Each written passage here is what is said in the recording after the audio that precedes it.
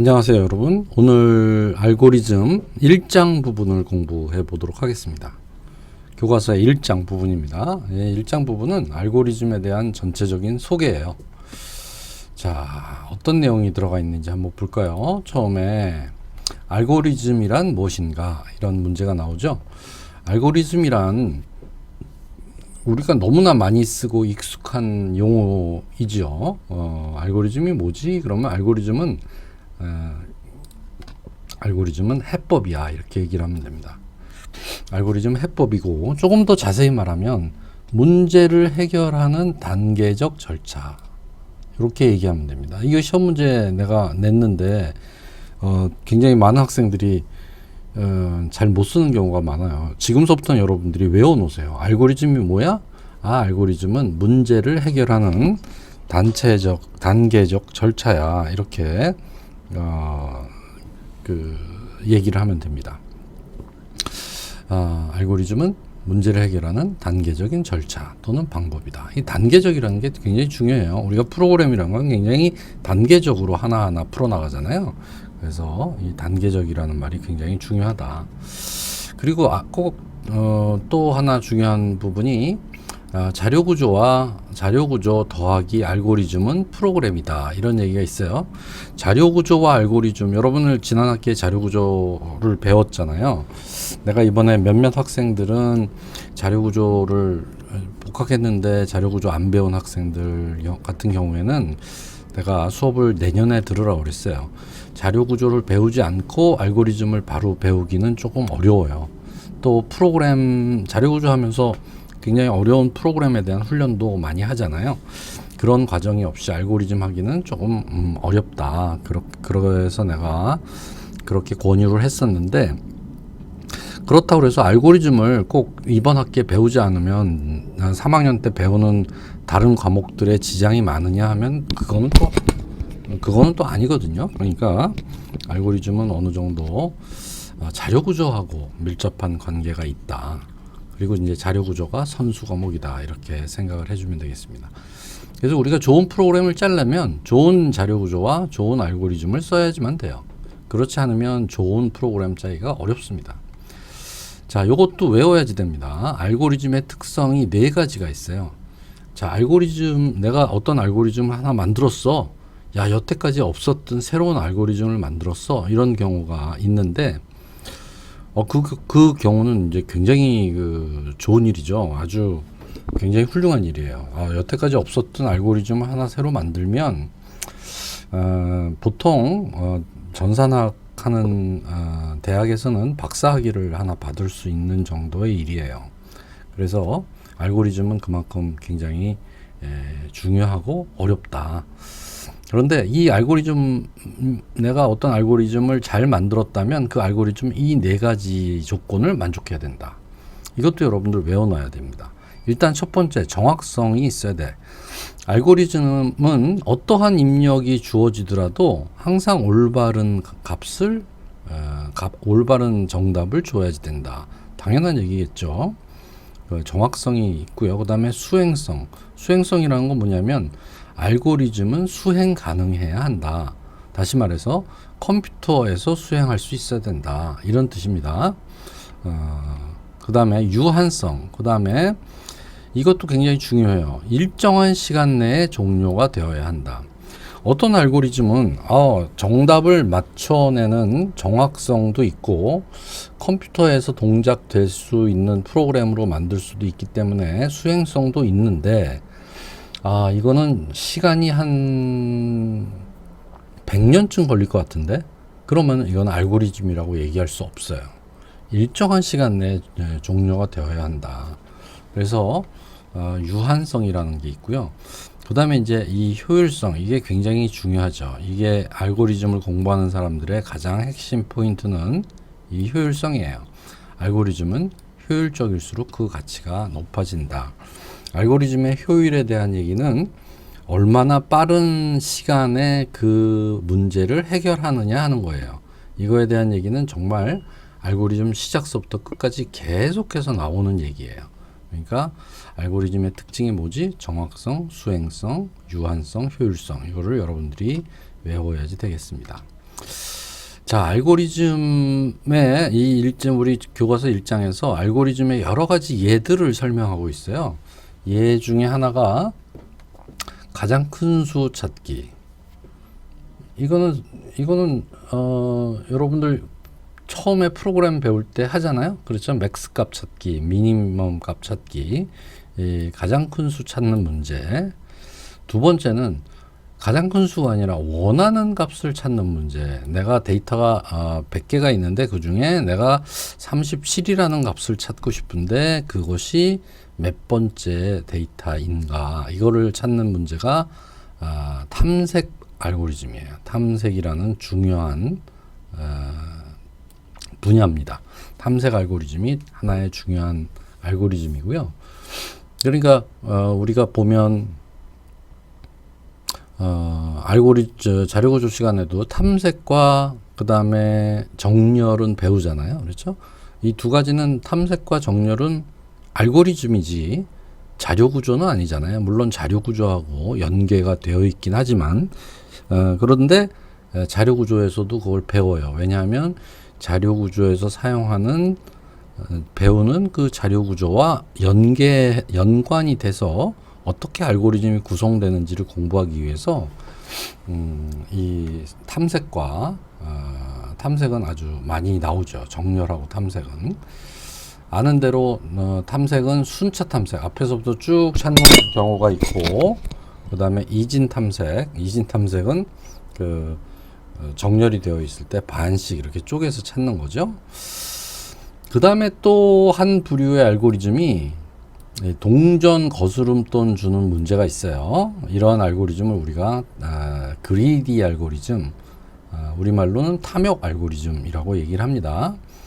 그 다음에 한 붓 그리기, 이거 연필 떼지 않고 그리는 그런 문제고요. 그 다음에 미로 찾기 문제, 그 다음에 가짜 동전 찾는 문제 같은 게 소개가 되는데, 이거는 또 우리 알고리즘에서 굉장히 중요한 분할 정복 알고리즘에 속합니다. 그 다음에 독이 든 술단지 찾는 문제가 있는데, 이거는 우리가 이진 코드를 활용해서 문제를 아주 효율적으로 풀 수 있는 그런 알고리즘들이에요. 자, 이 알고리즘들을 살펴보고, 오늘은 이제 소개니까 알고리즘은 도대체 어떤 것들인지 하는 것들을 소개하고, 그 다음에 다음 시간서부터는 알고리즘을 하나하나 정복해 나가도록 하겠습니다. 자, 첫 번째 가장 큰 수.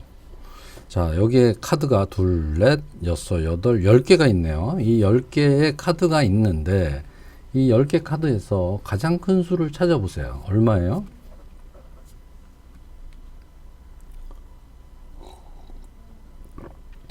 사람들은 이렇게 눈으로 딱 보면 굉장히 10개 정도의 데이터는 한눈으로 딱 보면 값을 찾을 수가 있어요.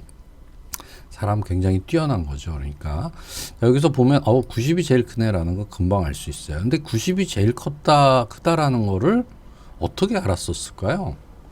어떻게 알았을까? 그리고 얘를 컴퓨터한테 시키려면 어떻게 해야 될까? 컴퓨터는 사람처럼 이렇게 한눈에 보고 데이터를 처리하지 못한단 말이에요. 데이터를 하나하나씩 처리를 하니까. 그러면 아마도 요 순서대로 데이터가 있다면 45가 있네.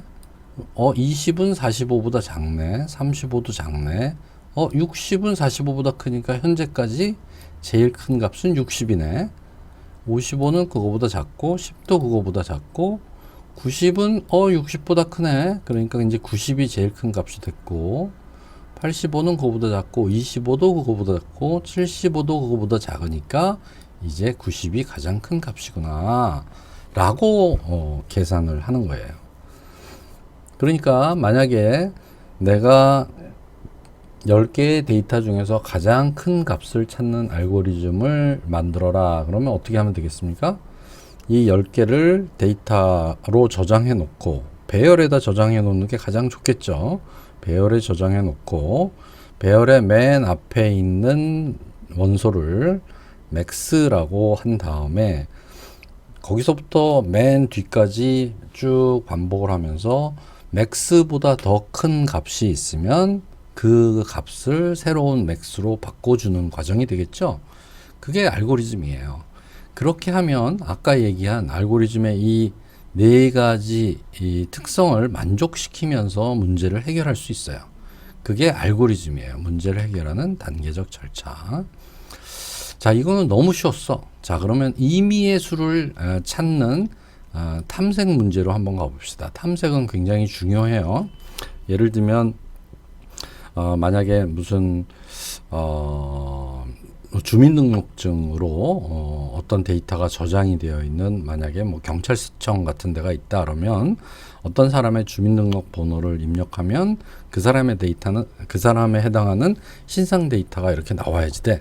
그렇다면 주민등록 번호가 이 탐색하는 거에 키 값이 되는 거죠.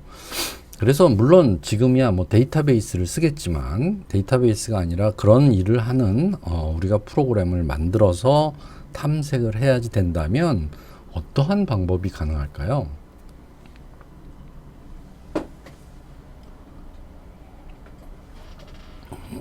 예를 들어서 지금 10개의 데이터가 있는데 이 중에서 85가 있는 위치가 어딘지 알아내세요. 85를 찾으세요 라고 얘기를 한다면 어떡하겠습니까? 앞에서부터 쭉 찾을 거예요. 이게 85냐, 이게 85냐, 이게 85냐 이렇게 쭉 아마 찾아 나갈 겁니다.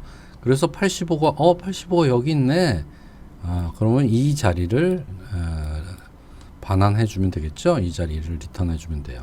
지금 같이 찾는 방법을 우리가 선형 탐색이라고 합니다. 선형 탐색, 리니어 서치, 선형 탐색.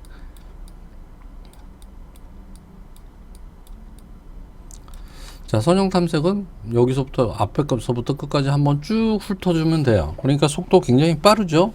결국 탐색이라는 건 속도 굉장히 빠른 알고리즘이에요. 그래서 얘는 앞에서부터 끝까지 쭉 한번 찾아주면 되니까 데이터의 개수가 n개라고 하면 얘는 제일 최악의 경우에 n번 비교를 하고 값을 찾을 거예요.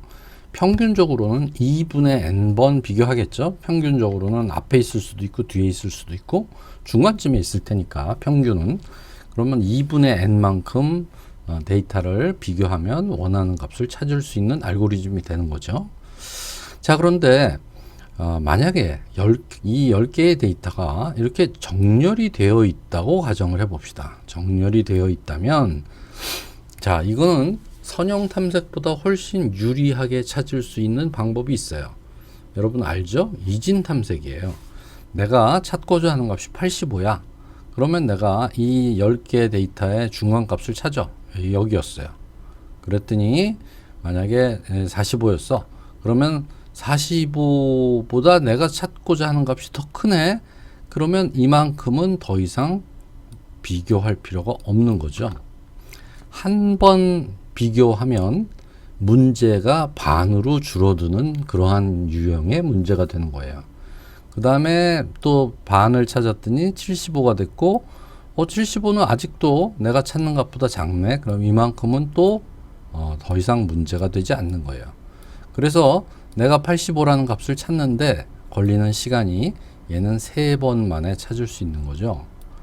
그럼 만약에 얘는 85를 최악의 경우에 10번 만에 찾는 거고 얘는 최악의 경우에 3번 만에 찾을 수 있어요. 그러면 이 알고리즘과 이 알고리즘은 어느 게 더 좋은 알고리즘인가요? 이게 더 좋은 알고리즘이다 라고 얘기할 수 있습니다. 그러면 이제 여러분들 중에 이런 생각을 할 수 있어요. 그러면 우리 레벨 테스트 했을 때 이런 선형 탐색은 로그 n에 해당하는 시간 복잡도를 갖고 이 선형 탐색은 n에 해당하는 시간 복잡도를 갖는다 그랬죠.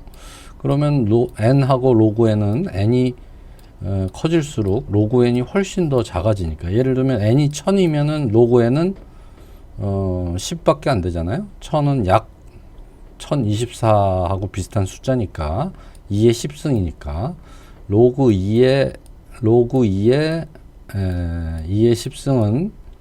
로그 2의 10승은 이 미수와 지수가 같으니까 얘가 앞으로 나와서 10이 되죠. 얘는. 그러니까 데이터가 1000개일 때 얘는 1000번 찾는데 평균적으로 500번을 비교를 해야 되는 거예요. 최악의 경우에 1000번을 비교해야 되는 거고, 이 문제, 이 알고리즘의 경우에는 최악의 경우에 10번 만에 찾을 수 있는 거예요. 만약에 데이터의 개수가 100만 개가 되면 얘는 이제 2의 20승이 되니까 100만 개는 2의 20승이잖아요. 그러니까 데이터의 개수, 얘는 100만 번을 찾아야 되는데 얘는 최악의 경우에 20번만 찾으면 되는 거죠. 그러니까 그 차이가 몇 배가 되는 겁니까? 몇십만 배 차이, 몇만 배 차이가 나는 거죠. 그래서 알고리즘이 경우에 따라서는 같은 문제를 해결하는 알고리즘이 굉장히 효율적인 알고리즘이 있을 수 있다. 그런데 그러면 이런 질문을 할 수 있어요. 아니 이거보다 1번보다 2번이 더 효율적이라면 1번은 필요 없는 거 아닌가요? 어떻게 생각하세요? 1번이 필요 없지 않아요. 왜냐하면 2번은 조건이 있어요. 문제의 조건이 뭐냐면 얘가 정렬이 되어 있다면 이라는 조건이 있는 거예요. 그래서 정렬이 되어 있다면 당연히 2번이 훨씬 더 빠르다. 그런데 정렬이 되어 있지 않으면 2번을 사용할 수 없다. 그러면 정렬해서 2번을 쓰지. 그런데 정렬 알고리즘은 정렬 한 번 하는데 걸리는 시간은 정렬 알고리즘의 시간 복잡도 n 로그 n이 가장 빠르지 않았습니까? n 로그 n이 가장 빠르니까 정렬 한 번 하는 시간이 요거 한 번 쭉 검색하는 게 n인데 그거보다 몇 배 더 시간이 걸리는 거예요. 그러니까 정렬을 해서 어떤 값을 찾는 것은 시간이 오히려 더 많이 걸릴 수 있다. 만약에 선택을 한다면 이렇게 선택할 수 있어요. 만약에 내가 데이터가 변화하지 않고 데이터가 100만 개가 있는데 그 100만 개의 데이터가 값이 변화하지 않고 내가 그 100만 개 데이터에서 이 탐색하는 문제가 수십 번, 수백 번 반복이 된다. 그러면 한 번 정렬하고 이진 탐색을 쓰는 게 더 유리할 거예요. 그런데 내가 100만 개의 데이터가 있고 얘가 정렬되어 있지 않은데 나는 어떤 값을 찾는 그 동작을 한 번만 할 거야. 그렇다면 그냥 이걸 쓰는 게 더 좋죠. 왜냐하면 정렬하는 데 시간이 훨씬 더 많이 걸리니까. 그래서 알고리즘은 여러 가지가 있는데 똑같은 일을 하는 알고리즘은 여러 가지가 있는데 항상 효율적인 알고리즘이 좋은 거는 아닐 수도 있다라는 의심을 해봐야 돼요. 그래서 특히 나는 데이터의 개수가 많지 않은데 그런 경우에는 데이터의 개수가 별로 차이가 없을 때는 그렇게 효율적으로 큰 차이가 없습니다. 그러니까 나는 데이터의 개수가 좀 많아. 나는 이런 동작을 여러 번 반복할 거야. 이랬을 경우에는 최대한 효율적인 알고리즘을 찾아서 써야 된다라는 거죠. 자, 세 번째 문제가 나왔네요. 세 번째 문제는 동전 거스름돈 문제예요. 문제가 뭐냐면 거스름돈이 730원이야. 요즘에 여러분들은 이제 동전 잘 안 가지고 다니죠. 자, 그래서 거스름돈이 730원인데 이때 이 거스름돈을 최소 개수의 동전으로 거스름돈을 줘야지 돼. 그러면 어떻게 줄래? 이게 이제 문제입니다. 그래서 정답은 뭐죠? 정답은 만약에 내가 100원짜리 5개 하고 10원짜리 3개를 주면 8개의 동전으로 거스름돈을 주는 거고 500원짜리 하나, 100원짜리 둘, 그 다음에 10원짜리 셋 그러면 6개 가지고 줄 수 있는 거잖아요. 그러니까 이거 같은 경우에는 하여간 최대한 이 큰 돈으로 이 거스름돈을 채워줄 수 있는 만큼 채워주고 나머지가 있으면 그 다음 단위로 채워줄 수 있을 만큼 채워주고 이런 식으로 해야 될 거란 말이에요. 그래서 결과가 이게 가장 정답인데 이렇게 하는 게 가장 좋아라는 거를 찾을 때 어떻게 했었냐면 무조건 제일 큰 것부터 개걸스럽게 제일 큰 것부터 채워나가죠. 이러한 형태의 알고리즘들도 있는데 이러한 형태의 알고리즘을 우리가 그리디 알고리즘이라고 그래요. 탐욕 알고리즘. 그래서 이러한 문제들이 문제를 풀 때 이런 식으로 탐욕적으로 푸는 유형의 알고리즘들이 유명한 게 많이 있습니다. 그래서 그런 것들은 요 부류의 알고리즘이다. 이렇게 생각을 하면 돼요. 그리고 이제 실제로 이 동전들, 화폐나 동전을 만들 때는요, 이 그리디한 방법으로 최소한의 최소 개수의 동전을, 거스름돈을 줄 수 있도록 만듭니다. 그렇게 만들지, 뭐 70원짜리 동전을 만들고 뭐 30원짜리 동전을 만들고 이렇게 안 한다고 그래요. 그래서 그리디하게 제일 큰 것부터 채워나가면 최소 동전의 개수가 나올 수 있게 실제로 화폐를 발행한다고 합니다. 그래서 이런 알고리즘들이 현실에서도 사용이 되고 있는 거죠. 그렇죠? 자, 그 다음에 한붓 그리기라는 게 있어요. 자, 1번에서 시작해서 한 번만에 모든 이 점들을 지나서 돌아와라. 여러분들 자료구조 시간에 그래프 배웠나요? 이게 그래프 문제죠? 자, 그래프 문제예요. 그래프 문제인데 1번에서 출발해서 만약에 이렇게 돌아오면 여긴 못 지나갔죠? 그러니까 틀린 답이고, 이렇게 해서 어떻게 해야 되나요? 뭐 이런 식으로 돌아오면 되겠네요. 그렇죠? 이런 식으로 돌아오면 답을 찾을 수가 있어요. 이러한 그 문제는 사실은 수학적인 문제인데 오일러 서킷이라고 그래요. 그래서 이러한 유형의 수학적인 알고리즘들이 또 있습니다.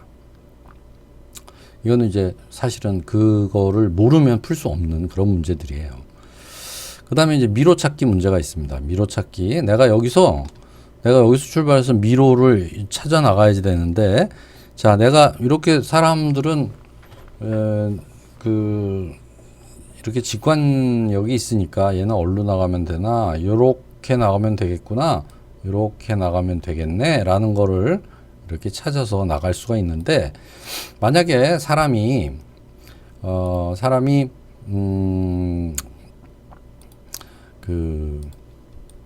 뭐라 그럴까요? 내가 여기에 갇혀가지고 이 전체 그림을 볼 수가 없어. 전체 그림을 볼 수 없으면 얘는 못 보겠죠. 얘는 못 봅니다. 얘는 못 보는데, 그럴 때는 어떻게 해야지 얘를 찾아 나갈 수가 있지? 그러면 여기서부터 출발해서 항상 오른쪽 손을 벽에 대고 가는 거예요. 오른쪽 손을 벽에 대고 가면 이런 식으로 가죠. 계속 가서 이렇게 가고 오른쪽 손을 계속 대고 가면 이런 식으로 길을 찾아 나가는 겁니다.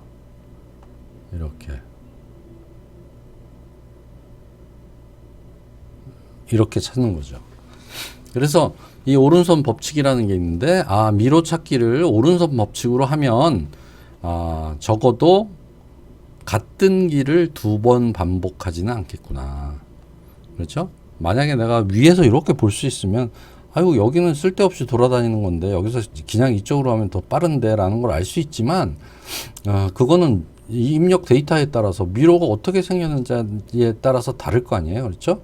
그러니까 이거는 반드시 그렇게 생각할 수는 없고, 항상 답을 찾아낼 수 있는 것이 알고리즘이니까 이런 오른손 법칙 같은 게 이제 알고리즘이 되는 거예요. 알겠죠? 자, 그 다음에 이제 가짜 동전 문제가 나왔어요. 자, 동전이 있는데 이 동전 중에서 하나만 가짜예요. 하나만 가짜인데 그 하나는 다른 동전보다 조금 가벼워. 그 가벼운 동전을 어떻게 찾을 수 있을까? 문제는 찾을 수 있는 방법이 제일 무식한 방법은 하나씩 저울에 다는 거죠. 하나씩 저울에 달아보면, 만약에 이게 1000개가 있다면, 동전이 1000개가 있다면 이 1000개의 동전을 하나씩 다 달아봐. 그럼 그 중에 무게가 가장 작은 게 있으니까 걔가 답이야 라고 찾을 수도 있죠. 그것도 항상 답을 찾을 수 있고, 이게 천년만년 걸리는 시간도 아니니까 이것도 분명히 알고리즘의 모든 조건을 만족하고는 있으나 그거보다 더 효율적인 방법이 있을 것이다 라는 거죠. 자, 어떤 게 있을까요? 자, 첫 번째는 하나씩 다 다는 거예요. 이렇게 하나씩 다 달아봐서 뭔가가 하나 저울이 기울면 이제 그게 문제다라는 거고요. 또 어떤 방법이 있을까요? 하나와 다른 모든 게 아니라 이렇게 두 개씩 짝을 지어서 이렇게 달아보는 거죠. 그럼 얘보다 반만큼 시간으로 달 수가 있겠네요. 그렇죠? 어쨌든 나머지는 다 똑같으니까 하나만 작으니까 그러니까 이렇게 달아도 될 거예요. 더 좋은 방법은 뭐가 있을까요?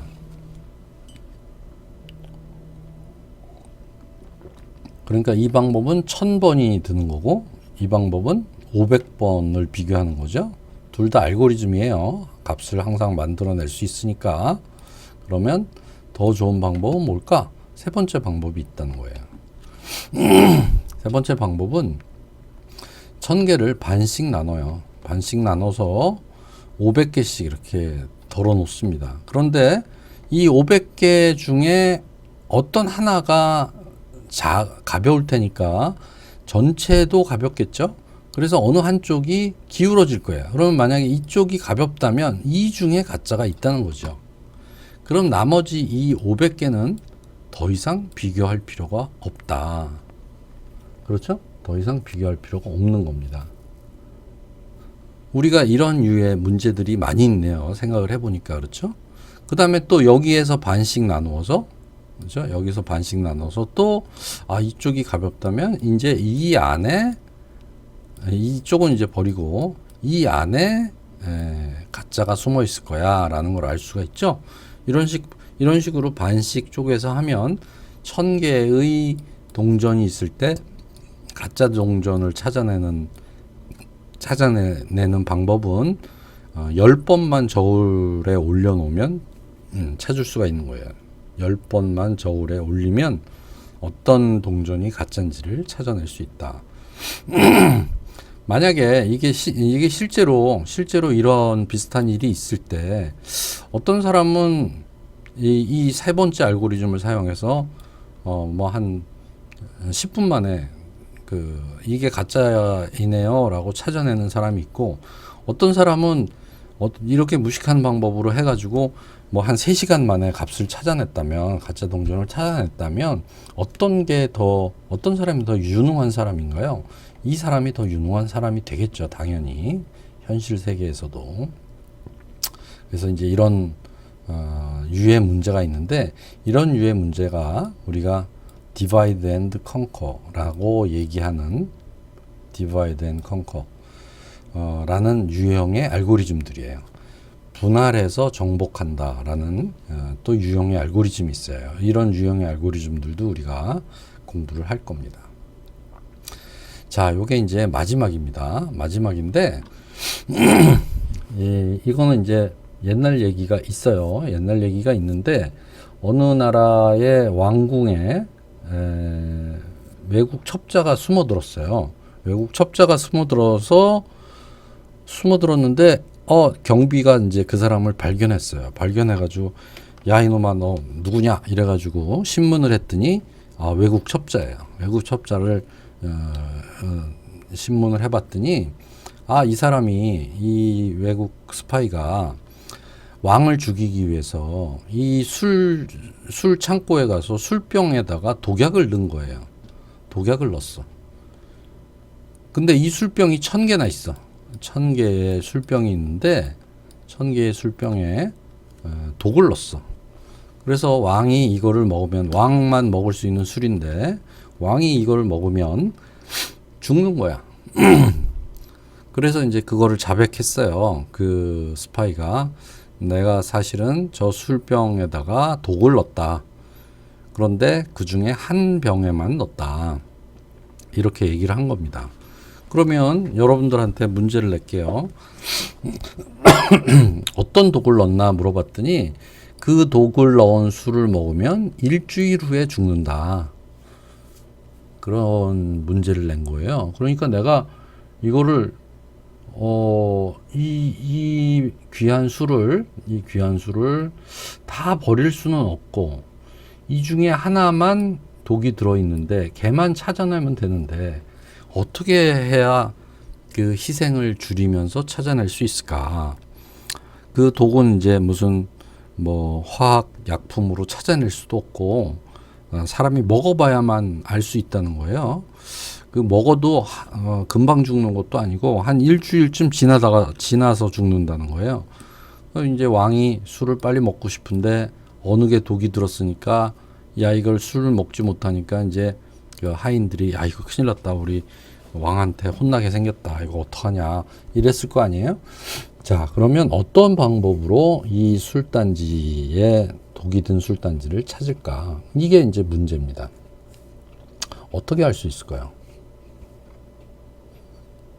이거는 사실은 나도 이 생각은 못했어요. 나도 이 생각은 못했는데 이런 방법이 있어요. 자 만약에 4개가 있다고 치자. 술단지가 4개가 있고 술단지가 4개가 있고 그 중에 하나에 독약이 들어가 있다고 치면 이 술단지 4개를 코드를 붙이자. 00, 01, 10, 11 이렇게 4개를 코드를 붙이고 그 다음에 자릿수가 2자리잖아요. 그러니까 사람이 A와 B라는 두 사람이 있어요. A와 B라는 두 사람이 앞에 자리가 1이면 A가 마시고 뒤에 자리가 1이면 B가 마시는 거예요. 그러면 이 단지는 아무도 먹으면 안 돼요. 요 단지는 B만 먹는 거고 요 A, B 순서가 다르네. 여기 A라고 써 있네요. 그러면 이제 순서가 틀렸어요. 이쪽이 A, 이쪽이 B야. 그러면 자 여기가 1이니까 이건 A만 먹어. 요거는 여기가 1이니까 B만 먹어. 요거는 둘 다 1이니까 둘 다 먹어. 그렇죠? 그러니까 만약에 그렇게 해서 일주일이 지났는데 아무도 안 죽었어. 그럼 독은 어디에 있습니까? 여기에 있는 거예요. 일주일이 지났더니 A가 죽었어. 그러면 독은 여기에 있는 거죠. B만 죽었어. 그러면 여기에 있는 거고 둘 다 죽었어. 그러면 여기에 있는 거예요. 아주 운이 나쁜 거죠. 좀 잔인한 얘기지만 이런 방법밖에 없는 거예요. 누군가 이 술을 살리기 위해서 누군가를 희생을 시킨다면 뭐 예를 들면 옛날 얘기 같으면 무슨 외국에서 잡아온 포로들을 이용해서 할 수도 있고 사형수를 이용할 수도 있고 뭐 하겠죠. 술을 먹이고 일주일 지나서 누가 죽는지를 보면은 찾아낼 수가 있어요.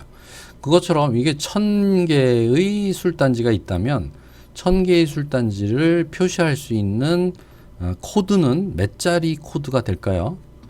이에 코드가 이제 한 자리가 있다면 만약에 0 한 자리가 있다면 2개를 구분할 수 있죠. 2개가 있으면 4개 지금처럼 4가지 케이스가 되고 8개 16개 32개 64개 128개 256개 512개 1024개 다시 말해서 10개의 비트 가지고 1000개의 코드를 만들어낼 수 있잖아요. 그러면 10명의 죄수를 불러다가 이와 같은 방식으로 코드에 자기에 해당하는 일자가 들어가 있는 술을 마시게 하는 거죠. 그러면 어떻게 됩니까? 아무도 안 죽었다? 그러면 00000000이라고 코드가 되어 있는 술병이 독약이 들어와 있는 거예요. 만약에 요거를 마신 이 두 번째 코드를 마신 사람이 여러 명 있을 거 아닙니까? 그 사람이 죽었다. 그러면 그 사람들이 죽었다라면 거기에 해당하는 술자는 독이 있다라는 걸 알 수가 있죠. 그래서 이거는 이진 코드를 이용해서 문제를 해결하는 아주 멋진 방법이죠. 이게 멋진 방법인가 잔인한 방법인가 아무튼 그러한 옛날 이야기들이 있습니다. 그래서 알고리즘은 이런 문제들을 해결하기 위해서 다 그런 스토리들을 가지고 있어요. 옛날 이야기로 스토리들을 가지고 있어요. 그래서 이 경우에 희생자는 운이 좋으면 한 명도 안 나오지만 그 운이 나쁘면 로그 2의 n명까지 죽을 수가 있다. 이게 뭐 술단지가 아니라 정말 중요한 무엇이라고 생각을 하면 정말 희생을 하더라도 반드시 찾아내야 되는 그런 문제가 있다면 이런 방법으로 찾아낼 수 있겠죠. 자, 그래서 우리가 7가지 유형의 알고리즘들을 찾아봤는데요. 처음에 아주 간단한 그런 그 최대값 찾는 것부터 지금 독이 든 술단지를 찾는 것까지 여러 가지 문제를 어떻게 하면 알고리즘으로 나이스하게 해결할 수 있을까 하는 문제를 공부했어요. 우리가 이번 학기 동안에 공부하는 내용은 이러한 문제들이에요. 이러한 문제들인데 이러한 문제들을 어떻게 어떤 알고리즘을 쓰면 정말 더 효율적으로 답을 찾아낼 수 있을까? 그게 이제 한 학기 동안 여러분들이 고민을 해야 되는 문제고, 그 고민하는 과정이 여러분들이 정말 좋은 프로그래머가 될 수 있는 훈련 기간이라고 생각을 해야지 됩니다. 똑같은 결과를 나타내는 프로그램도 더 효율적으로 할 수 있게 해야지 되니까. 자, 그래서 결론적으로 왜 알고리즘을 공부해야 되느냐? 우리가 효율적으로 문제를 해결하기 위해서예요. 자, 효율이라는 건 시간과 공간이에요. 이 중에서 더 중요한 건 시간이에요. 얼마나 빨리 답을 만들어낼 수 있을까가 더 중요하다, 이런 얘기고요. 자, 그러면 무엇을 공부할 거냐? 그러면 우리가 지금 이러한 문제들을 예를 들어서 내가 이러이러한 문제가 있는데 이 문제를 해결할 수 있는 알고리즘을 고안해서 프로그램 짜, 이렇게 하지는 않을 거예요. 이미 유명한 알고리즘들이 너무 많이 나와 있어요. 이 유명한 알고리즘들이 많이 나와 있는데 그 알고리즘을 공부하고 그걸 내가 사용을 하려면 내가 직접 프로그램으로 짜봐야 되거든요. 그냥 그런 알고리즘이 있어 하는 건 아무 소용이 없어요. 그 알고리즘을 프로그램으로 짜는 과정을 반복해서 내가 좋은 알고리즘을 공부하겠다, 이런 생각으로 공부를 하겠습니다. 이 유명한 알고리즘은 얼마나 많을까요? 알고리즘 뭐 수천 수만 개가 있는데 그 중에 유명한 알고리즘, 우리가 교과서에 있는 알고리즘들 책들 보면 수십 개 정도 있어요. 그 중에서 유형별로 한 10가지 정도의 알고리즘을 우리가 같이 짜보고 직접 코딩해서 한번 만들어 보는 그런 수업을 하도록 하겠습니다. 여러분들은 이제 예를 들면 2시간이라고 하면 1시간은 이론적인 내용을 공부하고 1시간은 실제 프로그램 하는 정도의 노력이 필요할 거예요. 이 이론적인 공부를 안 하면 안 돼요.